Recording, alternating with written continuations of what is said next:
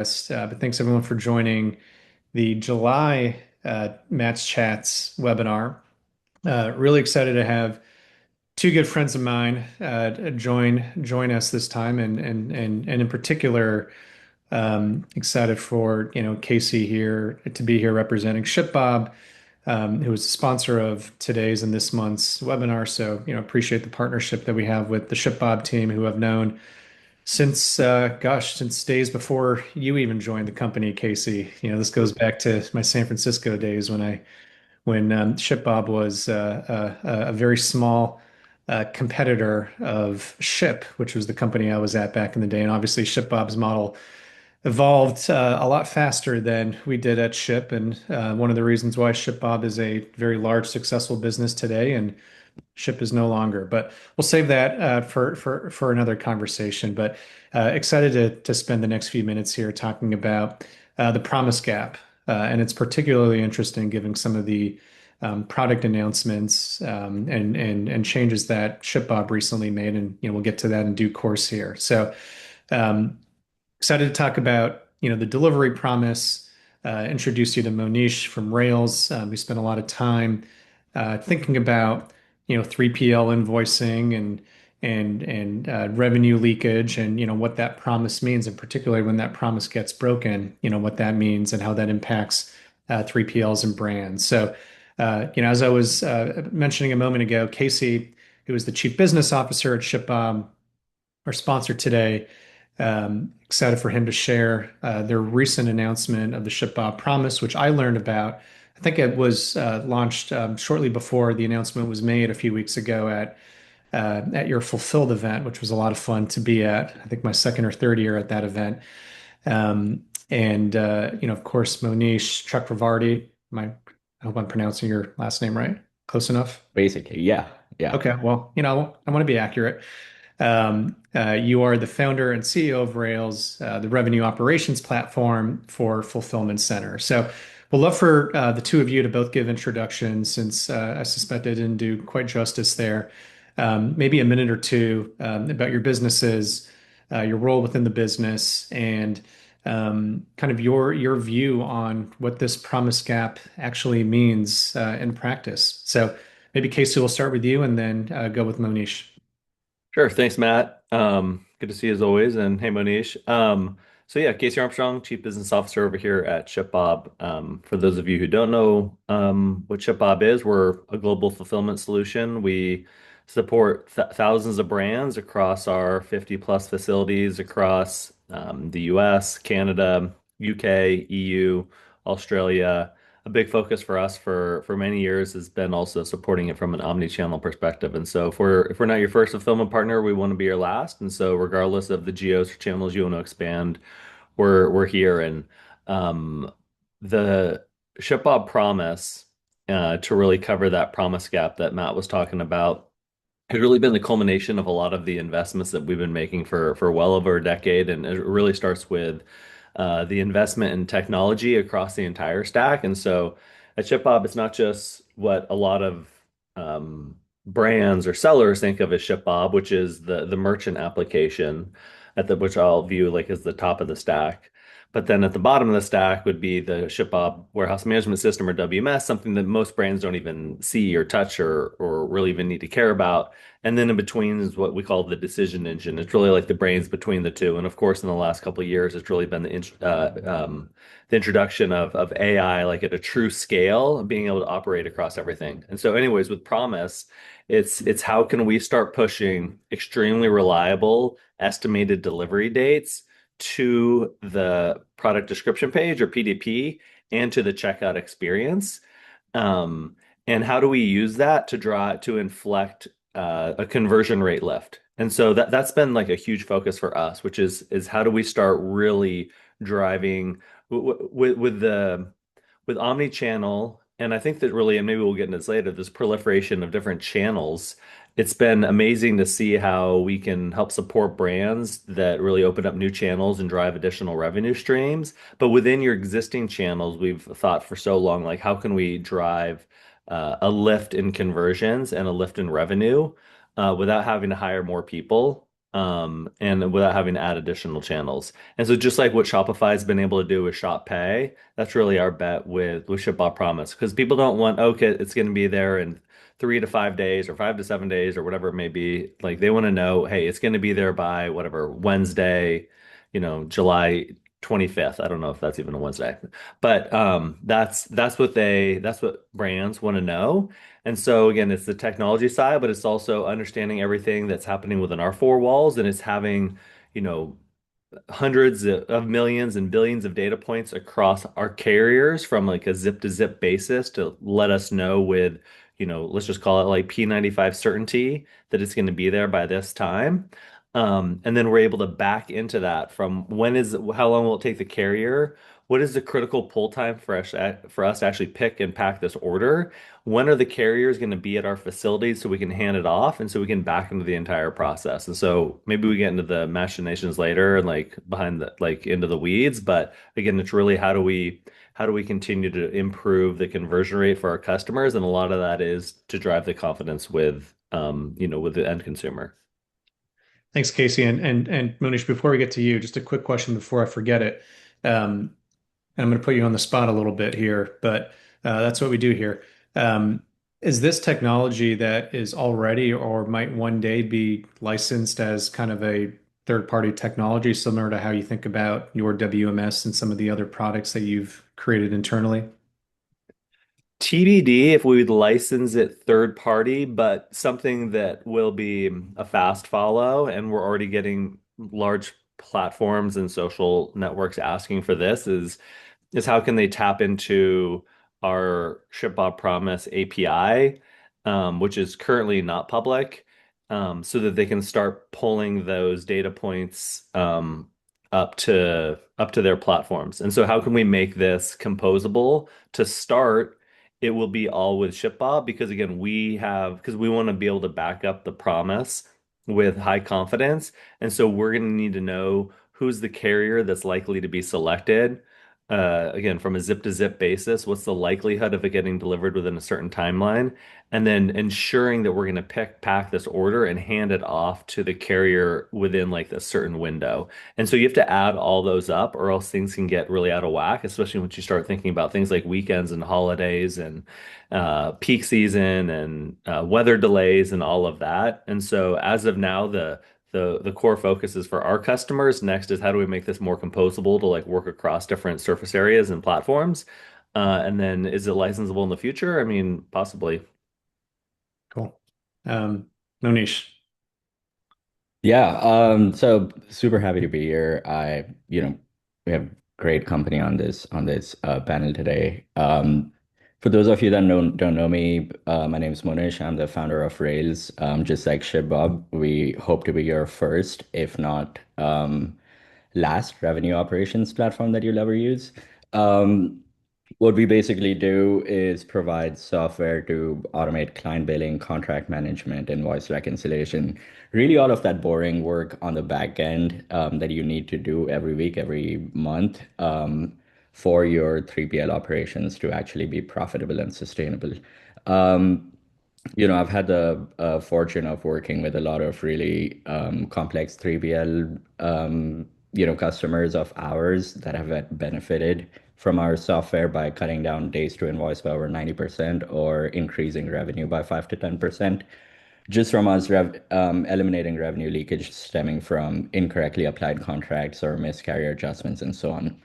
Um, I was very excited to be a part of this discussion in particular because I think the bar for good fulfillment keeps getting higher and higher every year.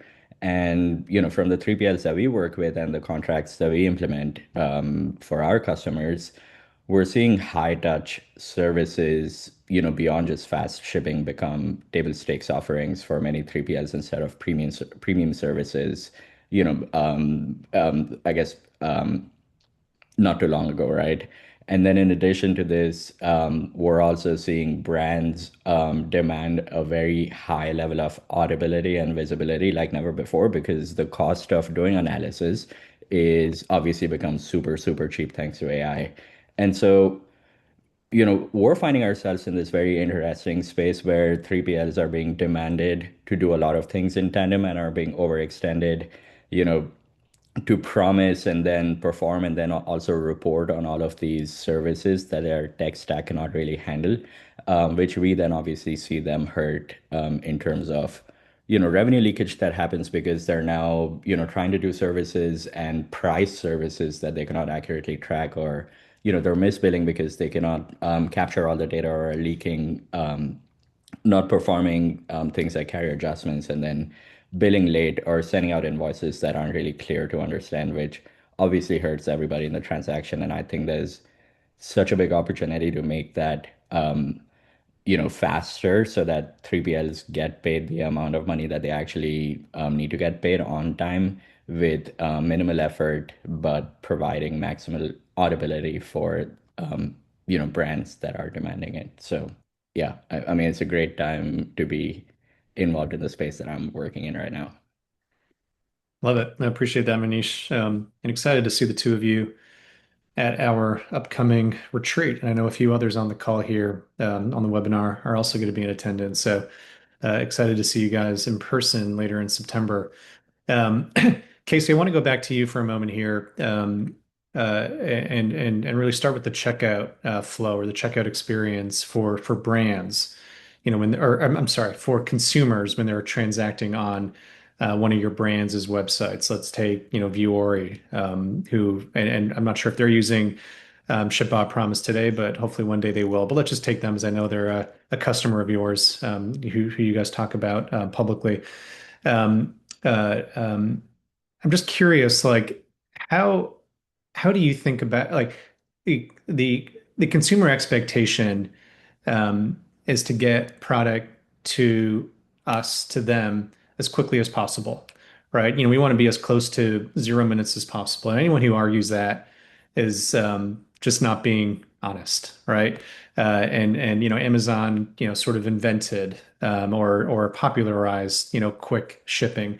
The issue, as we all know, everyone on this call, both the three of us and everyone attending knows that there's a significant cost to getting product to customers really quickly. So you sort of alluded to this in your intro, Casey, but I'm curious how you and the team are thinking about sort of that balance between fast delivery and what it sounds like you're really focused on with this product, which is predictable delivery, right? And hopefully they're both, right? They're fast and predictable, right? The faster it is, I suppose, the less predictable it needs to be because it's going to get there quickly, right? Even if, in Amazon, you order something, in 2 days and it gets there on the third day, most people don't really know because you just assume it's going to be there quickly because it's Amazon. But for fear of digressing here, I'm curious to kind of understand the origins, the concept behind ShipBob Promise. And I don't want to lead the witness here, but I'm sure I'm sure your data team and engineering teams spend a lot of time thinking about the impact of conversion on your customer's website, on your brand's website, Our Place or Vuori or any of the other thousands of brands that you mentioned. Like how, I guess now that it's been in the wild for a few months, is there any data you can share about how it's been positively impacting your customers and your customers' customers? Yeah, so maybe to answer your questions at the start, from there's both speed and predictability. And so to start, we were just running this internally. And so it would not push to our customers' websites, again, regardless of PDP or checkout or elsewhere. But we would run it as if we were running the brand on our side. And what would the promise have been had we pushed it? And then what was the likelihood? Again, we're trying to be like 95% plus on time. And so it really is this balance of speed and predictability. We have debated this a lot internally because and I'd say it errs on the side to start predictability, and then it's well, then what are the things we need to do from both a carrier selection, but also under the roof, so in our four walls, to reduce the time it takes to get to the end consumer. Because even if you, because again, from a conversion rate perspective, If you say it's going to be there in 10 days, well, I'm sure you have an extremely high certainty that it's going to be there in 10 days or less, but that's not going to improve the conversion rate because people don't want things in 10 days. Again, just to pull like an extreme example. And so again, there is a very, very fine balance there. But what's interesting too, and again, I think we're going to talk about this a little bit later as well, is like there's the economic impact of it as well. And so that's where with the brands, it really depends on uh, the topology that they're utilizing. And that's a conversation we try to have with them a lot from like a partnership perspective with our customers is there's promise, there's the reliability, there's the speed, but there's also what the brands can do to help improve the speed, which should therefore reduce the time it takes in the promise that they're delivering. And so if you are shipping from one facility, let's say in Southern California, and you don't want to ship air, I mean yeah, you just want to ship ground, it doesn't really matter what you do. It's still going to take a long time to get to South Florida and to get to New York. And so again, it's this balance of so many inputs, again, from what topology looks like and the carrier mix and like the shipping options that you want to utilize. Because again, there's also carriers that maybe you can that are a little bit slower, that are less expensive. There are obviously ground services that are faster, that are more expensive. And so again, you really have to balance like the economic impact and how much these brands want to invest in, which often depends on, things like, their risk appetite or maybe their margins or average order values as well. So um, not to muddy it up even more, but there are a lot of different elements that go into these conversations, and that's where it gets fun because it's these brands. There's a lot of similarities that you can apply across many of them, but there are some unique nuances across each of the brands and the decisions that they want to make. Yeah, I appreciate that. And Monish, I mean, I know you've got, before founding Rails a few years back, I know you were at Stored on their data team. So, you've got an interesting kind of perspective on what, how another 3PL operates, as well as what, their customers ask for and desire. So I'm curious, in the work that you do specifically, with Rails, but certainly, in some of your prior experiences too, I'm curious, like how how do you think about that predictability? And, specifically like when a brand tries to guarantee a 2 or 3 day delivery across multiple warehouses, potentially across different channels, like that creates a lot of operational friction, right? It's challenging to extend that seamlessly. So I'm curious, like in the work that you do today with Rails, how are you seeing that strain? And, whether it's different SLAs that, every 3PL has its own set of SLAs with different customers. In other words, there could be multiple sets of SLAs within the same four walls, which can get a little bit dicey. And there's ebbs and flows and spikes and volumes around, different times of the year and, different influencer drops and all that stuff. Like how do you think about that, and how do 3PLs manage that effectively from what you've seen?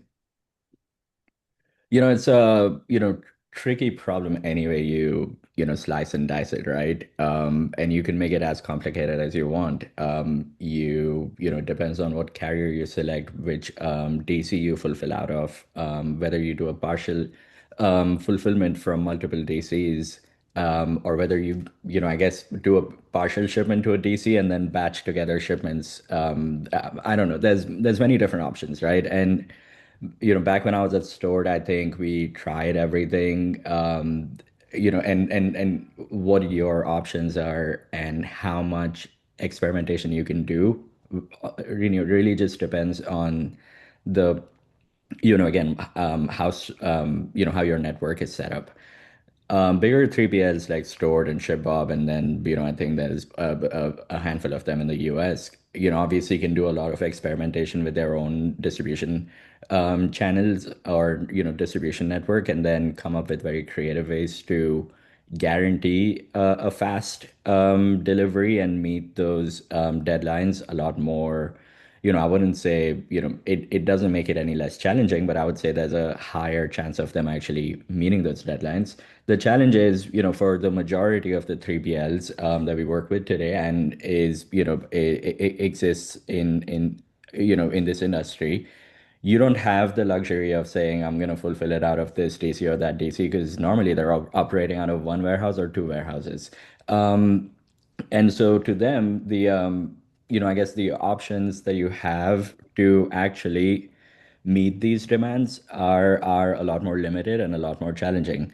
I think, the most popular one that we are seeing right now is obviously people creating these really convoluted carrier networks with all of the 4PL carrier services that are that are being offered, right? In addition to new carriers, because as you mentioned earlier, the cost of delivering, or I guess meeting these fast delivery demands is very high, which brands don't want to pay for because they're subsidizing it to an extent, and then 3PLs obviously need to promise that fulfillment at a very low cost for them to actually be competitive with the bigger 3PLs.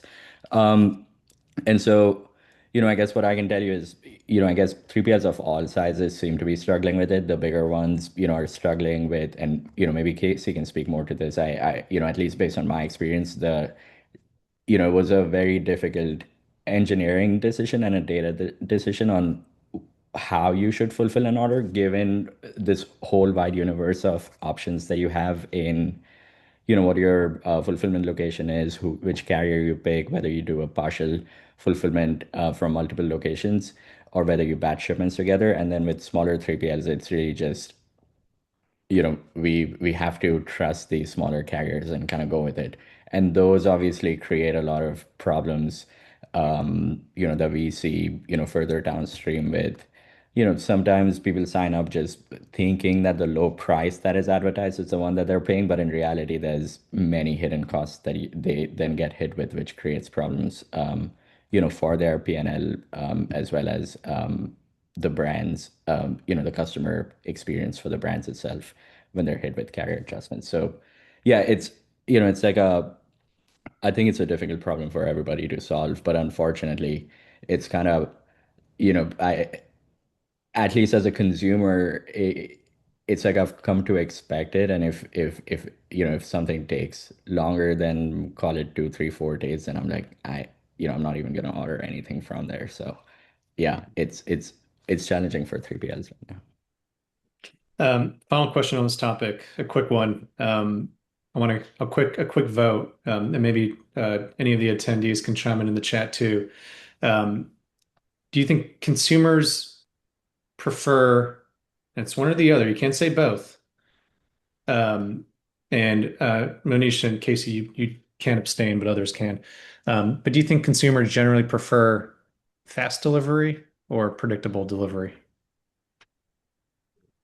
This is for us, or it's going in the chat? Uh, I'd love for the two of you to opine, but also anyone, any of the and anyone who's attending can also put in the chat if they Well, I think. would say fast delivery has kind of become the expectation now, but predictability matters a whole lot more to me. You cannot tell me that something's going to show up on Tuesday, but then it, changes delivery on Wednesday and then on Thursday, and then it finally shows up on Friday.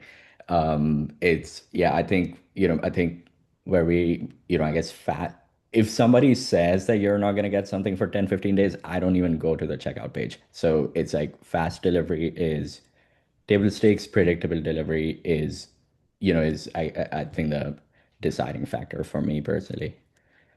And not that you were trying to throw in every input possible, but I think another big one too is cost. Um, but yeah, I think predictability, and there is a ceiling to like what the speed can take. Maybe just to add a couple things to what Monish was talking about earlier as well. One is he talked about different SLAs. So it's interesting again with like the promise engine that we're building is this, and so we're currently optimizing for, let's say, your .com checkout experience. And let's just maybe assume Shopify is powering a majority of these websites.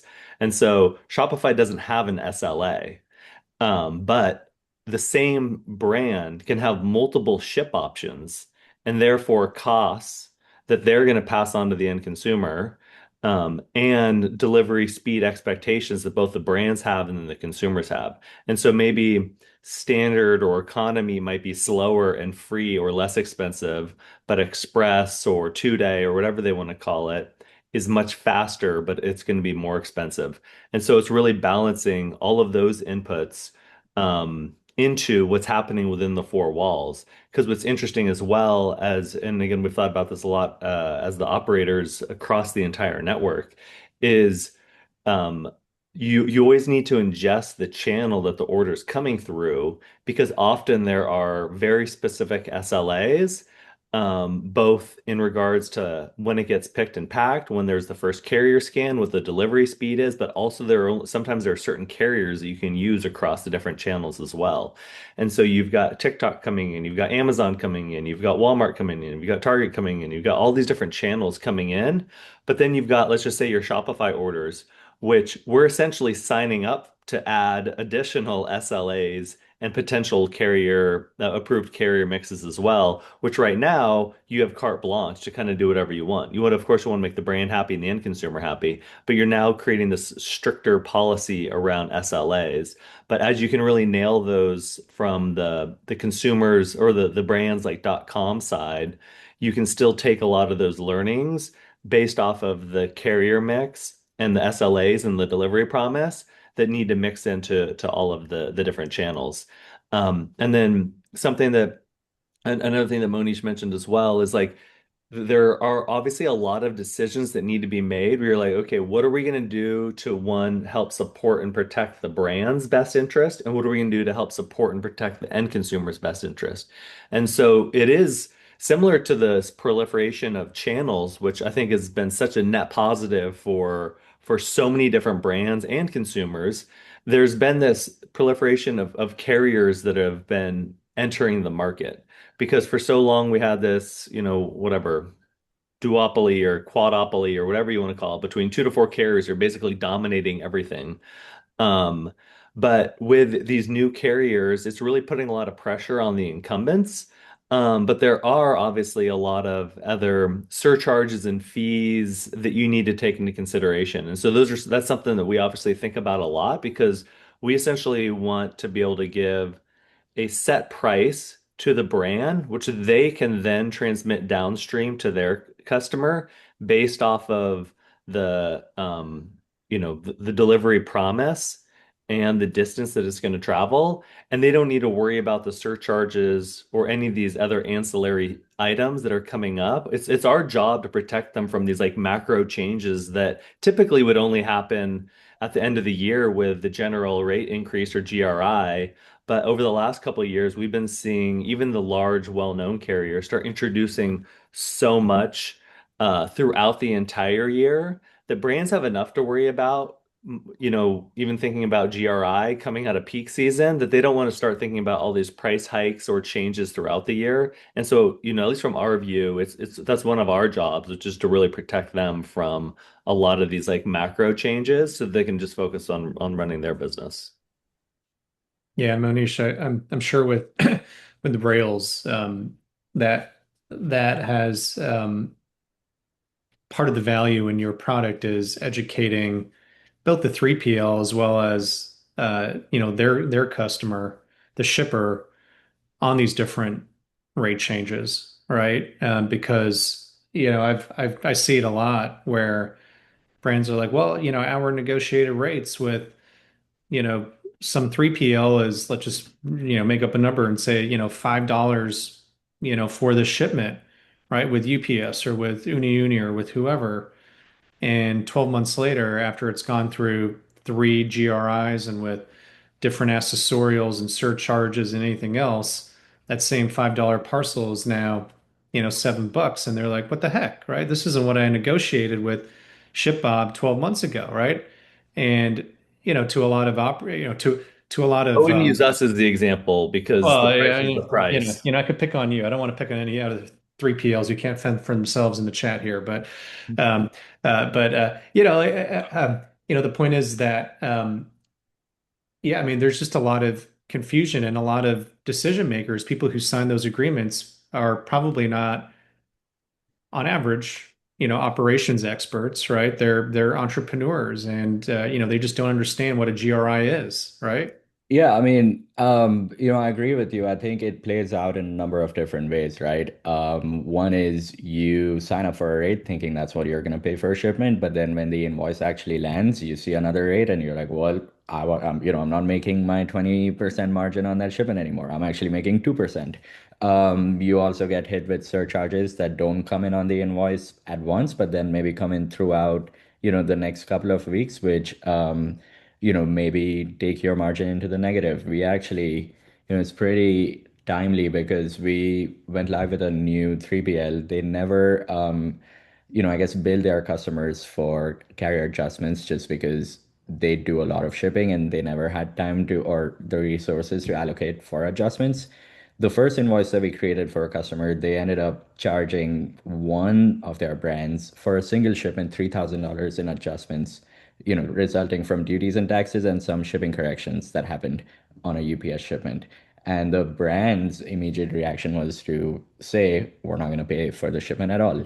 Um, but what we're trying to really focus on, and I think two things need to happen. One is you need to educate the brand that this is a reality because you as a 3PL cannot just say, I'm going to take care of this problem by getting in front of GRIs, getting in front of any rate increases and continue negotiating because you have limited negotiating power based on, what your volume actually is. That's the reality. So, at some point in time, you need to be cognizant of the fact that the carrier might mess up or something might happen in your warehouse and you might need to pay more than what you actually expected to pay for the shipment.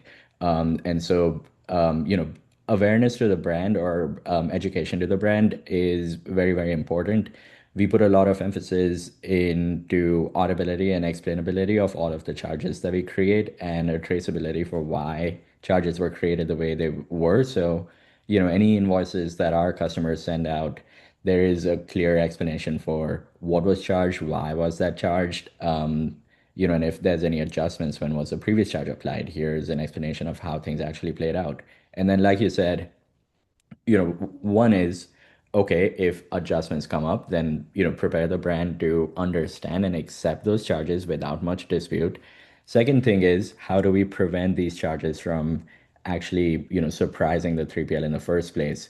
I guess we are at a point where our customers are starting to ask us more and more of how do we do things and not just automate things. So, we're constantly looking for signals on carrier invoices and then trying to use, AI to a greater extent to say, this is the charge, but beyond just looking at that dollar amount itself for what, I guess what you paid for and looking for correctness or incorrectness within that dollar amount, we're also trying to, use all of this data we have across millions of shipments that we've created invoices for and say, okay, did you actually need to use that service in the first place? What if you use a cheaper service? What is the likelihood that your shipment would get delivered at the same, with the same guarantee if you were to use a cheaper service? What is the likelihood that it would get hit with a surcharge? Is there anything that you can change within your warehouse operations to prevent being hit by surcharges as well? Essentially, I think it's not an unavoidable problem. So, we're just trying our best to build tooling that explains things better to the brands when it happens, and to our 3PLs, just give them more data or suggestions on how they can minimize the likelihood of these, charge infractions actually coming up. Sounds like a lot of the discrepancies is falls on the responsibility of the carrier. Um, what do I you think? wouldn't say so. I mean, sometimes it's like somebody scans something incorrectly. I'm surprised by how many 3PLs don't actually scan the packages, or I guess that they ship. So it's like, okay, you're billing, you're basing your dimensions off of the maximum dimension of the product that you ship. I I think there's a lot of different touch points that could use improvement, and that's our goal is really, we want to use billing as a data to inform you of what your margins are and what you could do better to improve them. Great. We got about 10 minutes left. If anyone has questions, feel free to pop them in the chat. I do have a couple more questions for the two of you. Casey, I want to go back to you and maybe pivot a little bit from the promise and talk more about kind of the tracking experience, which obviously is at least tangentially related to predictability, probably very related to predictability, as we've discussed. So, I believe the new tracking product that you also announced a few weeks ago at your event, TrackBob. Is that the name? Hmm. TrackBob.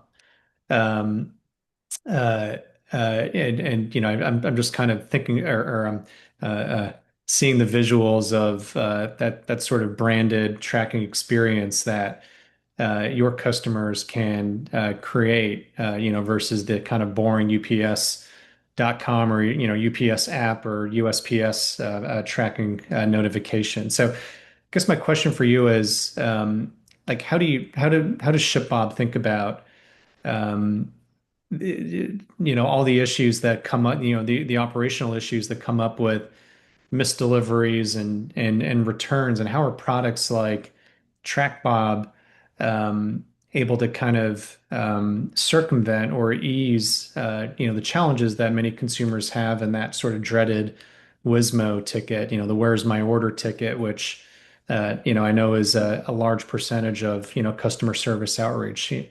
How are some of these new innovative products that you're launching and working on really helping to kind of suppress the difficulties that folks have?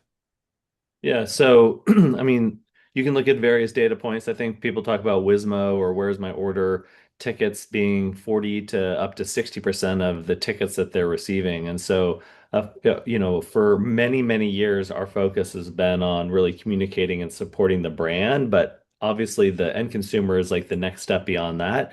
And so with TrackBob, similar to like predictability, which was the clear favorite in the answers of whether people want something fast or predictable. But I guess very related to predictability is visibility or transparency. And so that was really the goal and the crux of TrackBob, because at ShipBob, what we have and what we've been able to push to our customers, which are the brands forever, is what's happening in the four walls. And so our customers know when an order has been assigned to a fulfillment center, and when it's been picked, and when it's been packed, and when it's been labeled, and when the scan actually happens with the carrier and that handoff happens. But and they're able to integrate that, through our API or through our direct connections to Gorgeous or Zendesk or whatever their CS tool is. But they're still getting those tickets. And so they can answer those faster and more accurately and actually now tell them, hey, well, it's actually been picked in a facility in insert state. But with TrackBob, the goal is, well, how can we hopefully remove as many of those queries and questions that our customers are having to answer by pushing these more upstream supply chain data points into this TrackBob solution, so that the end consumer can see, oh, my order has been assigned to this facility, it has been picked, because they might place it and then a couple hours later they're like, where's my order? It's obviously not going to be delivered yet, but they can see again where it's assigned, where it's been picked, has it been packed, and also we do a lot of our own middle mile and zone skipping as well, and so we're able to control even more data points throughout the shipping experience that they typically would not be able to see. And also, every time we hand off orders to the carrier, we are doing scans on our end, and so we know carriers, especially during peak season, aren't always doing the first scan. And so this way, again, we're able to pull up all of these data points to the end consumer as well, just so that they have the full visibility. I appreciate that. A couple more questions, and again, if anyone has a question, put it in the chat, and we should be able to get into one or two of them. Um, Maybe Monish, um, I'm curious. Well, a couple things, but um, do you have maybe one or two pieces of financial or billing advice for 3PLs, maybe billing advice more so than financial advice since you're not a financial advisor, but I'll consider you a billing advisor. Um, yeah, just a piece of like billing advice for 3PLs as they start to and hopefully are well along in their peak season planning and just the surge of volume that comes with the last few months of the year. What's something that, piece of advice you'd have for, 3PLs listening today? Yeah, I think two things really. First is, I'm often surprised by the amount of discussion that needs to take place in order for your CSM ops team and the billing team to be on the same page about what the charge actually is. Before peak season, maybe have all of them sit down in a room or in a meeting room and then just get on the same page about every single line item on the contract. What are you charging? How is that being identified? How is that charge being actually calculated? Because we see a lot of billing delays just, I guess occurring from the fact that the three parties are not on the same page about what the charge actually should be. So somebody thinks the charge is right, somebody else thinks the charge is wrong. Um, Obviously you can implement us and we take care of that problem, but if you don't, then get everybody on the same page about what the charge actually is. Second thing is, um, maybe really take a look at your contract and figure out if the charges that you are presenting to your clients are actually one, things that you can easily track, and two, actually make sense. I'm not a fan of billing contracts being made complicated and adding charges just for the sake of it, because you're like, what if we ever do this?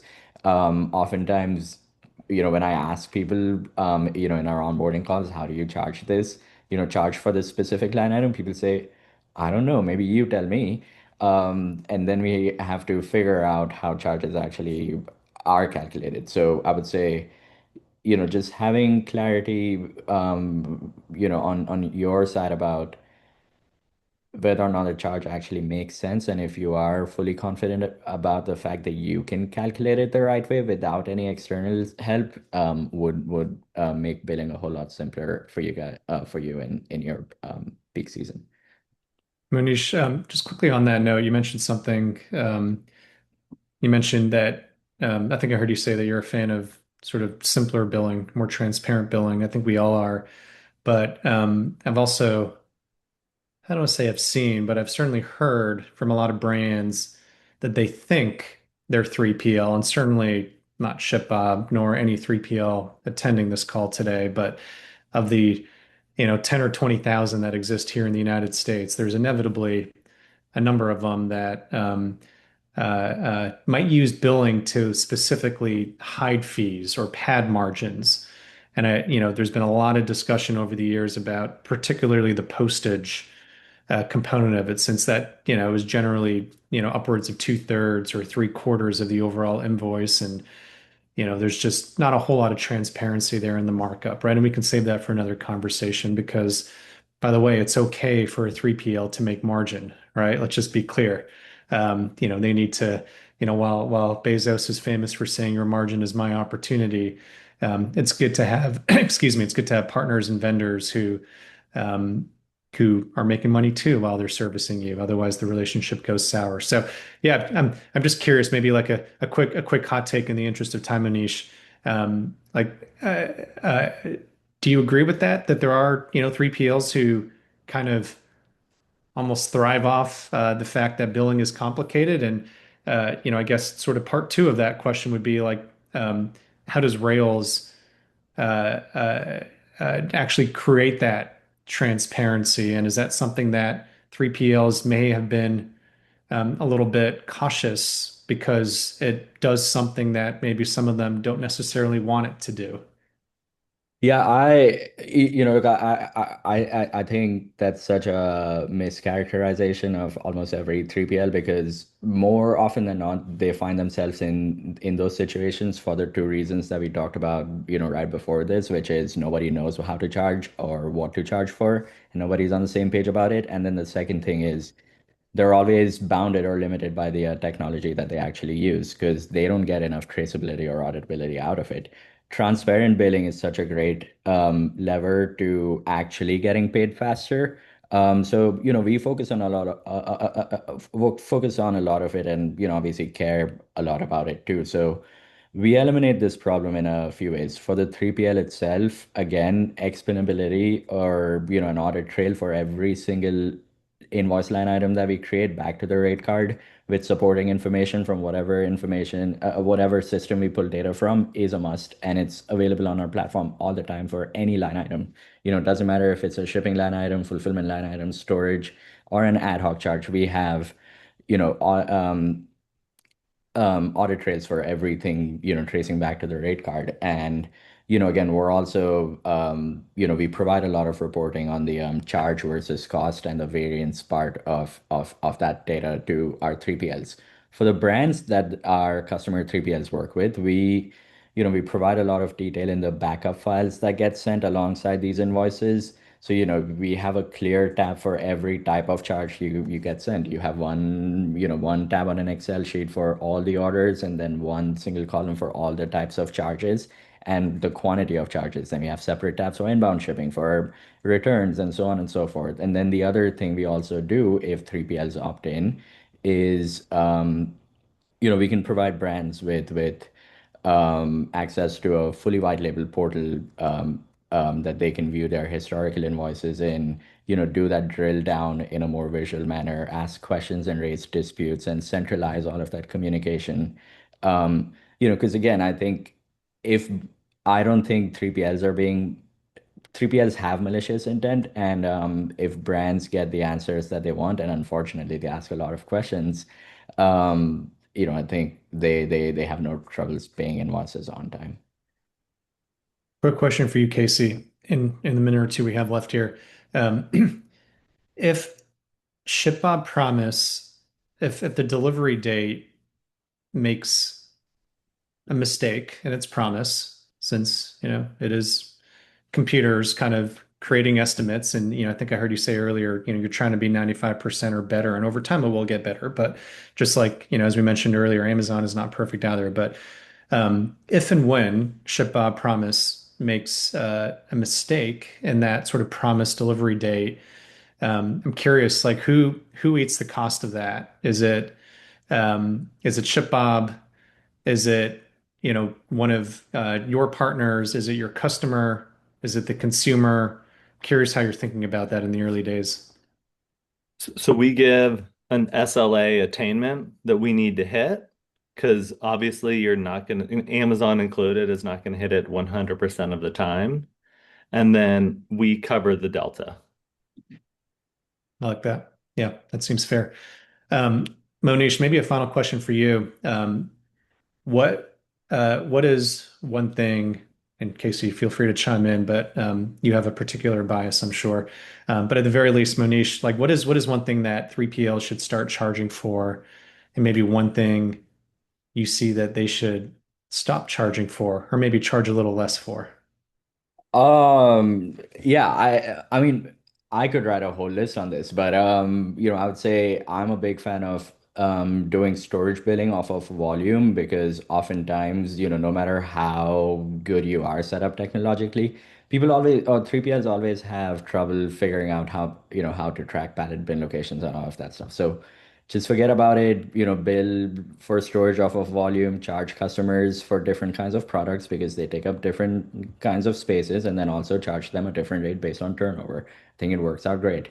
I would also, advise 3PLs to stop charging the same, vanilla pick rate for all kinds of units that a brand ships, because there could be different SKUs that require different attention or different amounts of work to actually fulfill. So, I think if your system allows it, and we most certainly do, bill all of these SKUs a different rate and be transparent about it. This is the kind of complexity that I think would benefit your margins very well. And as long as you explain it well enough, then brands would understand it too.